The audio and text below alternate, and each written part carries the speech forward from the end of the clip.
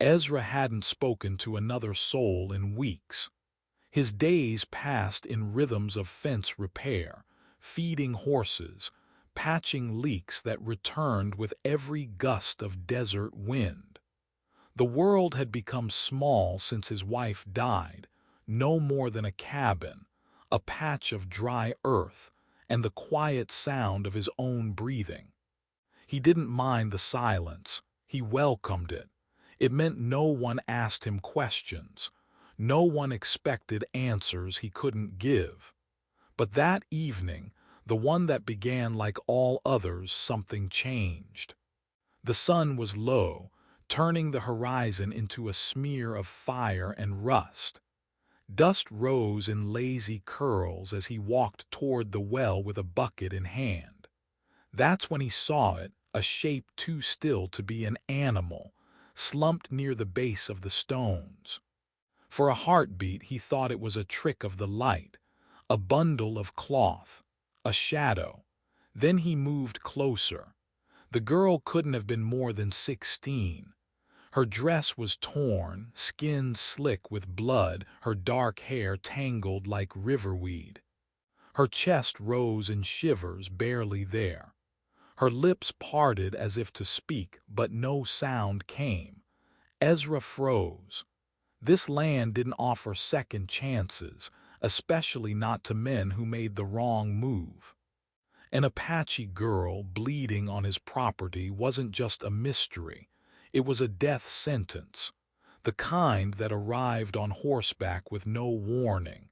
But then she opened her eyes, and in them he saw not a threat, not even a plea, just the flicker of something he hadn't seen in a long time. Hope, not for herself, but that maybe anyone might stop walking. Ezra knelt. There was no audience, no one to call him brave, only the wind, the dust, and a choice. And in that moment, without fanfare or glory, something ancient stirred in him, not duty, not heroism, just decency. Quiet, inconvenient, dangerous. The first thing Ezra noticed wasn't the blood, or even the way her body lay so still by the well. It was the silence, that eerie kind that doesn't belong in the middle of a desert morning. It stopped him mid-step, made the wind seem to stall in its tracks. When he moved closer, rifle slung but not aimed, his boots crunched softly on the dry earth, and that's when he saw her face. Young, Apache, barely breathing. He knelt, unsure why his hands were trembling, perhaps from the sudden weight of consequence. A white man cradling a native girl on his land was not a sight easily forgiven in these parts. But he didn't move with caution. He moved with urgency. She was slipping away, her pulse thin and unsteady beneath skin drained of its warmth.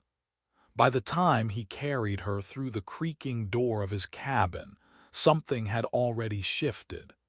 Not in the world outside, but inside him. Ezra had lived alone for years now, mourning in silence, surviving without purpose. But this girl he didn't know, bleeding and unconscious, was not something he could walk away from. Inside, the room was small and cold despite the heat outside. He laid her on the only bed and lit the oil lamp with fingers that hadn't worked this fast since his younger days. There was no plan, just instinct and a bottle of whiskey he hadn't touched since the funeral. The cuts on her arms weren't accidental. They were deliberate, too even, too precise. They told a story of torment and maybe worse, ceremony, ritual, as if her pain had been someone else's purpose. He worked quietly, dipping cloth into water, wiping blood from skin that looked carved from the desert itself. Her lips parted once, murmuring words in a language he didn't speak. Still, the fear in her voice didn't need translation. It sat heavy in the room like smoke. Ezra didn't speak either. Not yet. There was something sacred about the stillness between them, a fragile agreement of survival. He offered no promises, only presence. Sometimes that's enough. As night settled in, the shadows in the cabin grew longer, swallowing corners in darkness. Ezra didn't sleep.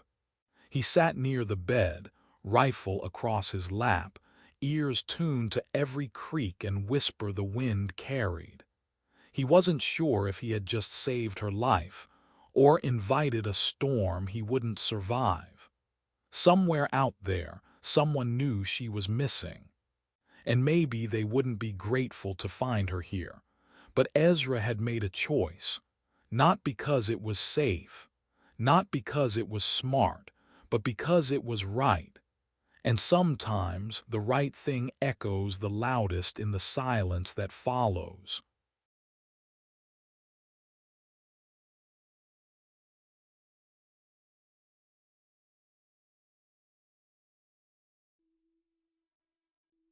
The first light of dawn hadn't even broken fully when Ezra heard it, a low rumble, distant but growing.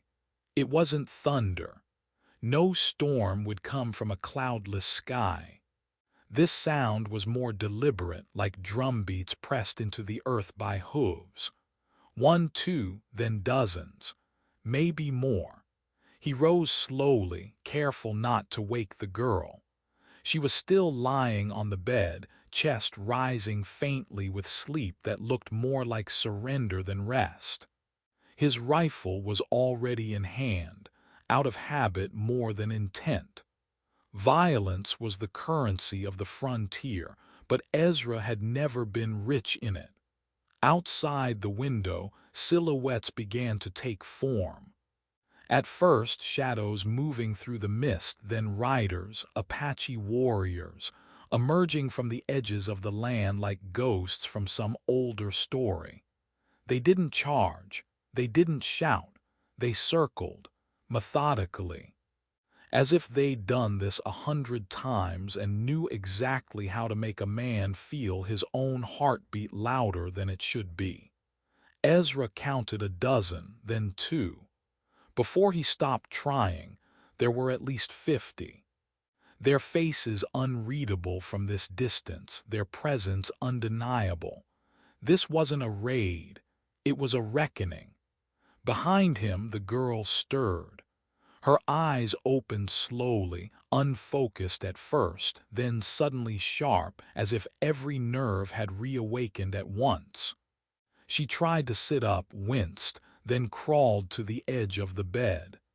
Ezra helped her gently to the window. She looked out and froze. Then, with a breath caught halfway between fear and recognition, she whispered a single word. "Father." Ezra's stomach turned to ice. In an instant, the nature of what surrounded them shifted. This wasn't just a lost girl, and these weren't just warriors. This was something ancestral, political, personal. She wasn't just a daughter, she was the daughter. Outside, the circle held steady, unblinking. Among the riders, one figure sat higher, more adorned. A man with feathers in his hair and gravity in his posture. Her father, Ezra guessed, the chief. And if that was true, then the stakes were no longer survival. They were legacy. The girl spoke again, this time in Apache, a quick flurry of words aimed not at him, but the window, as if trying to explain through the glass itself. Her hand trembled as she pointed from herself to the chief, to Ezra. He didn't understand the words, but the meaning was loud enough. "You saved me. They think you stole me." Ezra exhaled slowly, pressing a palm to the cool wood of the wall beside the window.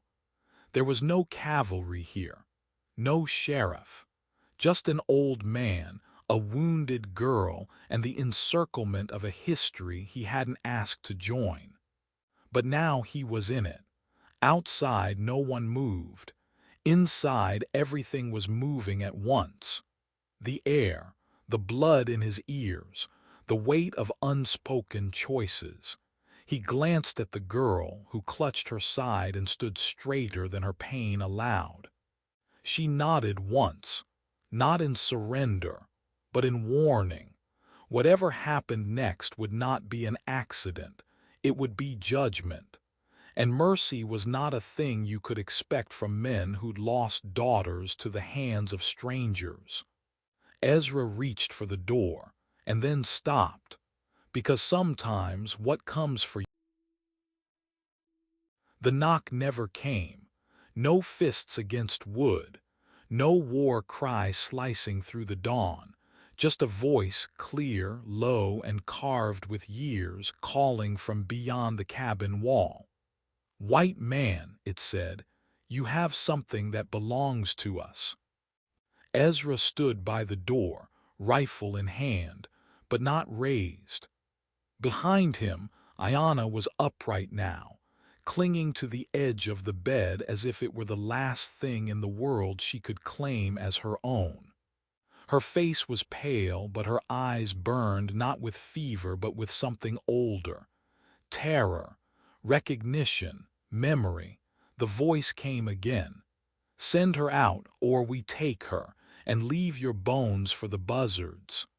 Ezra didn't flinch, not outwardly. But inside, the words hit like cold steel. There was no pretense, no diplomacy, just the clean edge of an ultimatum, the kind that didn't wait long. Ayanna staggered toward him, catching herself on the table, her lips moving fast in Apache. She was trying to say something, explain, warn, beg. He couldn't tell. All he knew was that her eyes, already glassy with pain, were now shining with something close to pleading. "No," she finally said in halting English, just that. One word. "No." Ezra lowered the rifle slightly, torn between instinct and what had been drilled into him by years of hard living. You survive by knowing when to walk away. But there was nowhere to walk. He turned to her. "Why don't you want to go?" He asked softly. She didn't answer, not in words. Instead, she pulled up her sleeve slowly, deliberately. The same cuts he'd cleaned the night before now appeared under daylight like confessions. Lines, symbols, carved not to harm but to mark. Ezra realized with growing horror that this hadn't been mere violence. It had been ritual, a message, a claim. She was someone's prisoner, he whispered to no one. And now someone, maybe even her own blood, wanted to take her back. He looked through the window again. The chief hadn't moved. His warriors stood poised in silence, the desert wind brushing against them like pages waiting to be turned. Ezra could feel it, the weight of a history he had no part in but was now bound to by action. Ayanna leaned closer. "I fight too," she said. Her voice shook, but not from weakness, from resolve. Ezra's jaw tightened. His mind, split between the past and this moment, drifted to his wife, to her words, once spoken on a long, cold night. "Doing right will never be safe, but it will always be right." He took a breath, loaded the second rifle, and spoke, not to Ayanna, not to the chief, but to whatever force had written this day into. Morning unfolded with cruel honesty. The golden light that poured through the cabin window, warm and seemingly innocent, revealed what the shadows had hidden. Ezra bent over the girl's arm again, not to treat, but to see. And what he saw made his stomach clench. The cuts were no longer just red lines on skin. They were symbols carefully placed, evenly spaced, as if etched by someone who believed pain should carry meaning. This wasn't an accident. This was intention, a message carved into Ayana's flesh by hands that knew what they were doing. Ezra didn't need to be fluent in her language to understand the truth that stared back at him. She hadn't just been running, she had escaped. Ayana watched him, silent, but her eyes spoke.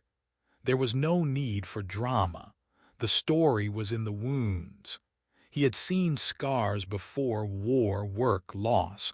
But this was something different. This was ownership, attempted ownership. Someone somewhere had tried to make her not just disappear, but belong to them. As property, as proof. When he looked at her again, she nodded. Just once. Confirmation. They were going to sell you, Ezra said, more to himself than to her. She whispered something, he couldn't catch it, but the words sounded like east. A direction, a place, or maybe a system. It didn't matter. What mattered was what she had fled from and how close that danger still lingered in her skin. Outside, the circle of riders held. They watched the cabin in silence, believing what they'd likely been told, that a white man had taken their chief's daughter and done something unspeakable. Their weapons weren't just drawn because of protocol. They were ready because they were furious. And Ezra understood now their fury wasn't aimed at him personally. Not yet. But ignorance and vengeance made poor dance partners, and he stood between them. He leaned against the wooden table, breathing slow. The weight of misunderstanding was heavier than the rifles in the room, because now it wasn't just about hiding someone. It was about proving a negative, telling a war party that the man they blamed had, in fact, saved what others had tried to destroy. Ayana walked, shakily, toward the door. Her bare feet padded against the wood like whispers of defiance. Ezra placed a hand gently on her shoulder, stopping her. "You don't need to prove anything," he said, but she looked at him with a calmness that felt older than her years. She did need to prove something, just not to him, to them. Ezra turned back to the rifles, the dried blood, the unforgiving mourning. It wasn't just a story of a man saving a girl anymore. It was a story about a girl carrying her own truth, and about a man realizing that sometimes the fiercest war is not the one fought with guns. The tension broke not with gunfire, but with a single voice, younger, less commanding, but carried by urgency. A rider galloped through the outer circle, breaking formation, shouting one word that cracked through the silence like thunder through dry air. "Sister." Ezra froze. The word came in English. Ayana did too. Her body snapped alert as if struck by lightning. She limped to the window, her wounded hand pressed to the glass, eyes wide with something not fear but disbelief. Then she answered in Apache, fast, desperate, and full of something he hadn't heard from her until now: hope. The rider dismounted, argued briefly with an older warrior, then stepped forward again. His face young but marked by dirt, grief, and something older than either: purpose. When he called again, his voice cracked. "Ayana, are you hurt?" She answered in Apache, this time louder, her voice shaking. Ezra couldn't understand the words, but he could read the emotion, a tidal wave crashing through everything else. The young man was her brother. The two of them, separated by distance but not by bond, spoke across the space as if trying to stitch something broken back together. Then the boy, his name, Ezra would learn, was Coda, turned to the others, translating. She says this man saved her, gave her water, treated her wounds, slept in the chair so she could take the bed. Ezra stayed silent. He didn't flinch. He didn't step forward to validate or soften or dramatize. What he had done was what any man should do. That it was rare didn't make it special, just sad. The chief hadn't moved. But now he rode slowly forward, close enough for Ezra to see the lines in his face, not just from war, but from fatherhood. When he spoke, it was with the weight of command and history. She says you asked for nothing in return, the chief said, that you chose honor over advantage. This creates obligation. Ezra nodded once. I didn't think about obligation. I just did what was right. Behind the chief, a younger warrior stirred. His name was Takakoda, and he did not wear his emotions lightly. His glare was sharp, distrustful, and then in rough English he spat it out. White man lies, today he helps. Tomorrow he brings soldiers. Ezra didn't answer, not with words, just looked him in the eye, not in defiance but in stillness. But then from the doorway Ayanna stepped forward. Her body still trembled, but she carried herself with unshakable clarity. She picked up a small pistol, Ezra's spare, checked its chamber with practiced hands, and then stood beside him. He saved me, she said slowly. I fight with him. The circle shifted, not with noise but with breath, the subtle inhalation of warriors forced to reconsider what strength looks like. The chief turned to Takakoda. They exchanged words in Apache, clipped and sharp like blades clashing under breath. But the chief did not raise his voice. He only said what needed to be said. This man is under my protection. Any harm to him is harm to me. Ezra felt it then, not relief, not safety, but weight. The kind that comes when someone places their name beside yours, not as a shield but as a mirror. He wasn't Apache, but for that moment he was something else, something more rare. Trusted. As the sun burned higher into the morning sky, Ezra looked out at the horizon, still lined with warriors. Not all of them convinced, not all of them willing, but one girl stood beside him, and that would have to be enough. Because courage, he'd learned, isn't always. Takakoda stood stiff, hand hovering over the hilt of his blade, fury etched into the angles of his jaw. To him, mercy from a white man was either a trap or a weakness. And Ezra, standing calm beside a wounded Apache girl, looked too much like both. But Ayanna didn't see it that way. She stepped toward the warrior, not with fear, but with quiet conviction. Her voice wavered, but her words were strong. In Apache, she spoke fast and low, not trying to persuade with volume, but with memory. She pointed to Ezra's hands, rough, weathered, full of calluses that told stories no tongue could translate. Then she pointed to the photo on the table. A woman framed, dusty, Ezra's late wife. She says, the chief translated softly, you know loss, the same as we do. Ezra looked down at his hands. All those years of fixing fence lines, mending saddles, burying pain in the repetition of chores. The photo had sat untouched for years, not because he forgot, but because it hurt less that way.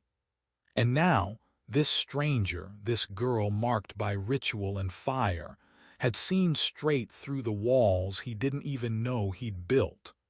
Takakoda's eyes flicked to the photo, then back to Ezra, Something shifted, not erased, but questioned. Doubt now directed inward. He works with his hands, Ayanna whispered, more in breath than in speech. He earns. He does not take. Silence fell again, but not heavy, not threatening. This silence held space. It asked rather than accused. The chief stepped forward, breaking it. "You saved my daughter," he said, "but more needs saving." Ezra met his gaze, the weight in those words settling deep. They're still out there, girls like Ayanna, caged, moved like cattle. Ezra didn't respond right away. He looked out at the desert beyond the ridge, the endless stretch of horizon. The dust, the wind, he could go back to his ranch, back to routine, to solitude. No one would blame him, but he would know. He would remember this girl's eyes, this warrior's challenge, this chance to do more than survive. "You're asking me to ride with you," Ezra said, voice quiet. "I'm asking you," said Chief Nalish, "to prove that honor is not a one-time act." Takakota stepped forward slowly. For a moment, Ezra thought he might challenge him again. But the warrior extended his hand. "You ride as Apache brother," he said. "We ride together. We fight for those who have no voice." Ezra clasped his forearm, the grip rough, strong, not a handshake but a pact. "I don't do this for glory," Ezra said, "or forgiveness." "Then you do it for the right reason," Takakota replied. Around them, the circle of warriors began to shift, not dispersing, but tightening in unity. Plans were made. Horses prepared. Swords unsheathed not for show, but for purpose. Ayanna stepped up beside Ezra as he mounted the horse they gave him. She didn't speak. She didn't need to. She just placed something in his hand, a simple bracelet woven from leather and bone. "For honor," she said, and they rode not toward vengeance, but toward justice. Ezra wasn't born into this fight, but he chose it. And sometimes the strongest bonds are forged not by blood, but by dust. They reached Snake Creek just before sunset. The light, already fractured by canyon walls, dipped gold across the dirt like warning. From the ridge above, the camp came into view. Wagons circled not for defense, but to conceal. And within those wagons were iron cages. They glinted in the low sun, hollow and cruel.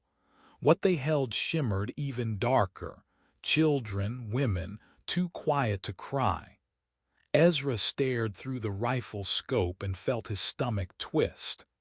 It wasn't just that they were imprisoned. It was the way they didn't move, didn't beg, didn't even look up. As if hope had been carved from them 1 mile at a time. Beside him, Takakota crouched like stone. No orders, no speeches, just a look between warriors. The kind that needs no translation. The chief whispered the plan.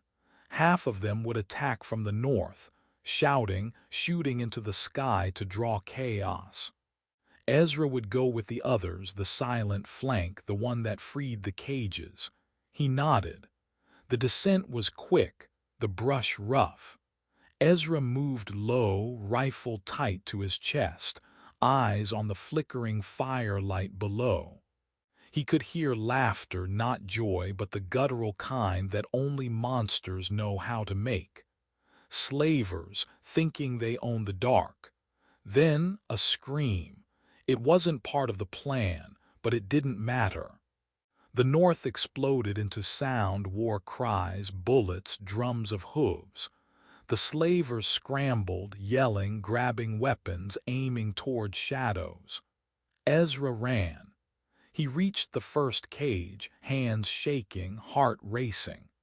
3 young women, no older than Ayanna, backed away at first, terrified of him. But then he spoke. "We're here to help," he said. "We're getting you out." It took 2 tries to break the lock. His hands bled. The screams behind him grew louder. Gunfire now, dust, firelight, fear. One door opened, then another, but danger moved fast. 3 slavers spotted him, guns raised, faces twisted. He raised his rifle, fired. One down, another coming. Then Takakoda was beside him. No words, just movement. Their fight was short, brutal, necessary. Takakoda shot one through the leg, then clubbed another with the butt of his rifle. Ezra covered the girls with his body, shielding them as they ducked behind the wagon. The line between them, white man, Apache, dissolved. There was only now. Ezra dragged one injured woman toward safety. She was barely conscious. Somewhere someone yelled for more rope. Another shouted about reinforcements, but it was too late. The slavers were outnumbered, outfought, overrun. 15 minutes, maybe 20. Then silence, not peace, just the absence of pain. Ezra stood, panting, bleeding from a graze across his shoulder. Around him, the freed captives sat or lay in the dirt, blinking like they'd just stepped into a world they'd forgotten existed. Takakoda came over, rested a hand on his shoulder. Not hard, not dramatic, just there. "You fight like us," he said. "No," Ezra replied. "I fight with you." They looked around. The cages stood empty now. The fire had gone cold. And the canyon, once echoing with evil, now held only the sounds of breathing. Ezra turned to face the setting sun. Snake. The fire was low, just embers now, casting a soft glow over the scattered remnants of battle. The rescued captives huddled together, wrapped in blankets, sipping warm water handed out by warriors who just hours before were poised for war. Children clung to strangers. Women wept quietly. No words were needed. Survival had its own language. Ezra sat alone near the edge of the camp, cradling his injured arm, watching the stars emerge one by one. He wasn't thinking of himself. He was thinking of what they had seen, what they had undone. Ayana approached without a sound. She moved with new steadiness, her steps no longer those of a hunted girl, but of someone returning to her name. In her hand was something small, a circle of woven leather and carved bone, the colors faded but deliberate. She held it out. "For you," she said softly, "so you remember." Ezra took it carefully, as if it might crumble under the weight of what it meant. "This is yours." She shook her head. "It is ours." The meaning settled in slowly. The bracelet wasn't just a gift. It was recognition not of valor but of belonging. Apache didn't give family by birth alone. They gave it by trust, by trial, by choice. Behind her, Chief Nalish stepped forward. His gaze met Ezra's, steady and unreadable until he spoke. "You are no longer outsider," he said. "You stood with us. You bled with us. You carry part of our burden now. That cannot be undone." Ezra bowed his head slightly, unsure of what to say. Gratitude, humility, none of it felt big enough. "You ride as Apache brother," the chief continued. "Not because of blood, but because your heart chose our fight." Around them the others began to nod. Takakoda, Koda, even the elders once wary. There was no ceremony, no chant, just the quiet recognition of a man who had stepped into a fire that wasn't his and emerged not just scarred but transformed. Ezra stood slowly. He looked down at the bracelet again. A circle, no start, no end. "You have a place in our story," Ayana said. "And maybe that's all any man ever really wants, not a reward, not a title, but a place where his actions mean something, where who he becomes is seen and remembered." The monsters of Snake Creek were gone, the captives would live, but the deepest shift, the one no eye could see, was inside Ezra. Not a change. 3 days later, Ezra sat on his porch, the same one that had faced countless sunsets. The desert stretched before him, quiet as always, the wind brushing through sage and dust with its usual indifference. Nothing had changed. And yet everything had. The house was still one room. The chair still creaked. The photograph of his wife still rested where it always had, near the oil lamp, worn around the edges but untouched. Only now beside it lay something new. A small Apache bracelet, coiled neatly as if it had always belonged there. He didn't touch it. He didn't need to. It wasn't a souvenir. It was a vow. Ezra hadn't returned for glory or gratitude. The captives wouldn't remember his name. The world would never know what happened at Snake Creek. No newspaper would print it. No sheriff would come asking. But he knew, and that was enough.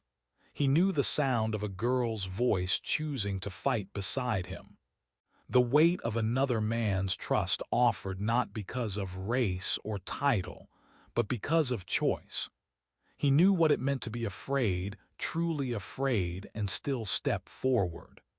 And he knew now that kindness, when offered quietly, when no one is watching, doesn't disappear. It multiplies. Ezra closed his eyes and listened to the wind. It didn't feel so empty anymore. He had gone out there thinking he was alone in the world. He came back knowing he was not. Sometimes the world doesn't change in a shout or a battle. Sometimes it changes in a quiet act, a choice no one sees, a promise you keep when it would be easier to walk away. That's what character is, not what we say, but what we do when no one watches. And for the first time in years, Ezra felt peace, not the kind that comes from silence, the kind that comes from becoming the man you always